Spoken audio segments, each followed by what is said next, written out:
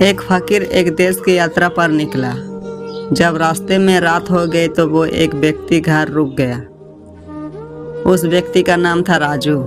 राजू ने उस फकीर की खूब सेवा की और दूसरे दिन राजू ने फकीर को उपहार देकर विदा किया। वो फकीर राजू की सेवा से बहुत खुश हो गया और दुआएं देने लगा कि हे भगवान, राजू को हमेशा खुश रखना और वो हमेशा प्रतिदिन आगे बढ़ता ही रहे। इस बात पर राजू हंसने लगा और फकीर से राजू बोला, हे फकीर, जो है वो भी अब नहीं रहने वाला।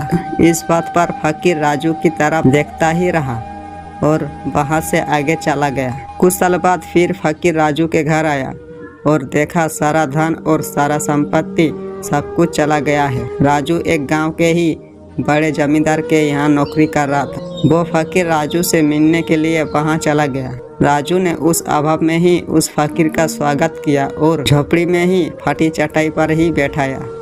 उसके पास खाने के लिए जो रूखी सूखी रोटी थी वो खाने के लिए फकीर को दे दिया। जब फकीर वहाँ से जाने लगा तो उसके आंखों में आंसू था और फकीर कहने लगा, हे भगवान, तुमने ये क्या किया?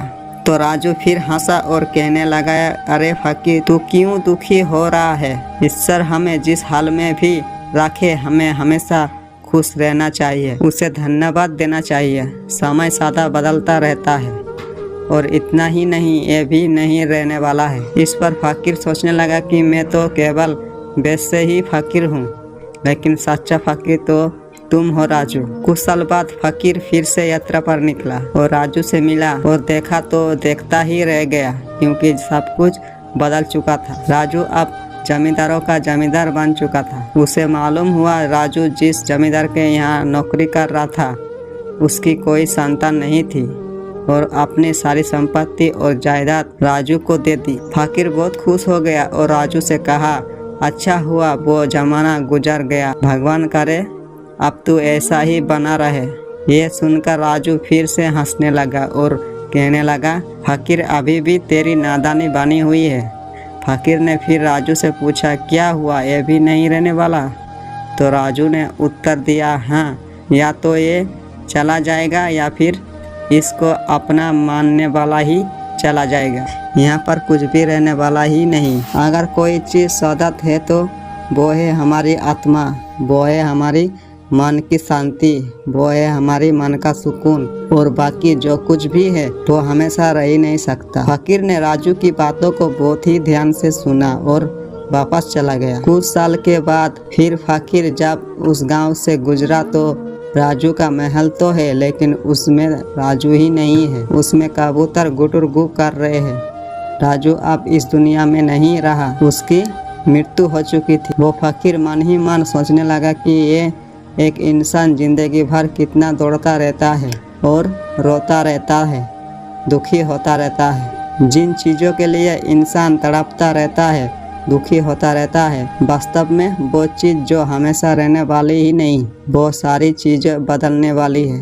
ये कहानी ये शिक्षा देती है कि हमारी ज़िंदगी में जब भी कोई मुश्किल, तकलीफ या दुख आए तो हमें ये सोचना चाहिए कि ज़िंदगी में इससे पहले मुश्किल या उलझने आए तो क्या वो हमेशा रुकी नहीं। जैसे सारी मुश्किल आकर चली गई, वैसे ही ये भी मुश्किल चली जाएगी। ये भी हमेशा रहने वाली नहीं है। तो अब हमेशा याद रखिए कि ज़िंदगी में कितना भी बड़ा दुख क्यों ना हो, वो हमेशा रहने वाली ही नहीं, ये दुख भी चली जाएगी। एक बार अकबर ने बीरबल से कहा कि बीरबल, आज कुछ ऐसा लिखो कि जब मैं खुशी में पढ़ूँ तो दुख और दुख में पढ़ूँ तो खुशी हो। तो बीरबल ने लिखा, ये वक्त भी बीत जाएगा।